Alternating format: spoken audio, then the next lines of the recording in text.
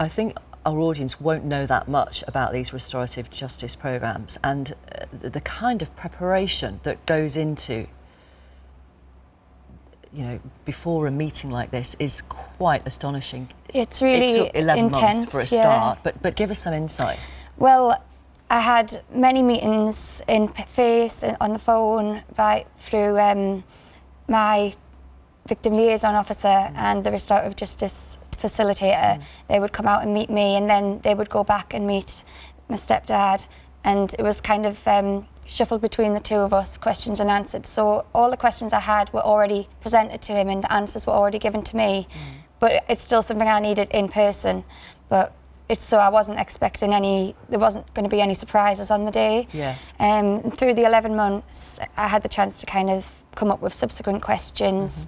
And then towards the end, when it was getting towards the time of the meeting, there was a lot of preparation. I would go to the meeting area. I got to choose where we had it, and I wanted to have it on a neutral ground. There was a room at the probation office in Gateshead where there's 2 exit doors. It's a big room, and I got to go down and make sure I was comfortable there. There were separate rooms where we both could go to if we needed. And I knew all this, and I was very much in control of it all. And you could arrange the furniture, you could have the chairs at the exact angle, which was important to you. They asked me to put the chairs exactly how I wanted them, and actually when my stepdad did come in and put his chair right, they asked him to put it back because I'd asked for it specifically to be on an angle so it wasn't looking directly at me. Right, so all that minute detail it was really prepared in advance. Did you arrive in the room first on the day of the meeting? I wanted to. I had the choice. So yes, I went in first and then I was waiting. And when he walked in, did you look at him? I didn't look him in the eye. It took me a while, maybe about an hour or so, I think, during the meeting till I could actually look him in the eye. But I did obviously glance at him and got quite a shock at how different he appeared physically. In what way? Just very much, obviously older, but more, a lot weaker than he had been. What did you ask him? I had a lot of questions. The main ones were, why did he come to our family? Did he come to our family because there were children there? Or, you know, was it intentional, premeditated abuse? And why me as well? Did he do anything else to anyone else? You know, I wanted to make sure no one else had been hurt as well, the same way as me. And what did he say to you? He said he would be totally truthful because now he had nothing to hide. And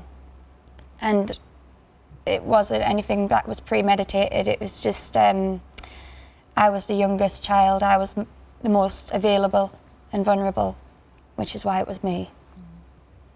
How were you feeling as you were hearing him say this to you? It was kind of like a reassurance, actually, because I thought I knew the answers to most of the questions, but and obviously I'd already had the written answers as well. So I don't know, I just felt like I had lots of information that I hadn't had before, and I felt quite powerful. Did you? Yeah. And did you, how long did it last? It was about 3.5 hours, maybe 4 hours. Did you have breaks? I had breaks. Okay. But did you feel in control for that whole period? Yeah, it was made completely clear to me that I was in control. I could call a stop whenever I wanted, or, you know, I could just, all the time during the 11 months it was repeated, you can back out, you don't have to do this. And I think, I'm right in saying at one point he said, I ruined your life, which you actually, you pushed back on that, didn't you? What did you say? Yeah, because I wanted him to know that he had a massive impact on the early years of my life and subsequent years, but he hasn't ruined my life because I've got a great life now that I've built up myself. But I didn't want him to feel he had the control over making or breaking my life. I wanted to take that power back, which is something that I couldn't have done without the meeting. And you offered to forgive him? Yeah, I just wanted to kind of wipe the slate clean, really, and just let it all go. So the meeting gave me a chance to do that as well. How did he react to that? He wasn't expecting for me to offer forgiveness, so I don't think he was ready to accept it. He got very emotional and had to leave. But then he said, I said that it didn't matter to me whether he accepted it. For me, it was, for me, letting go of it, it didn't matter. He could choose to do what he wants with it. But for me, it was having the power to be able to say that. And you shook his hand and he apologised to you?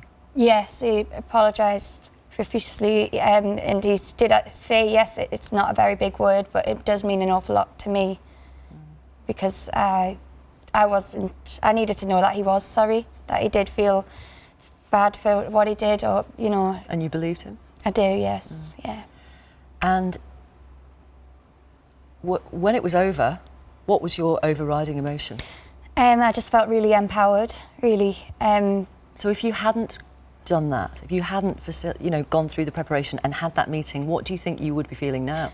I would still have the same questions in my head. And I was just carrying all this anger and guilt and all this confusion around with me every day. And in my everyday life, it was manifesting itself in different ways. And now I feel I can just move past and really focus on living my life now. Yeah.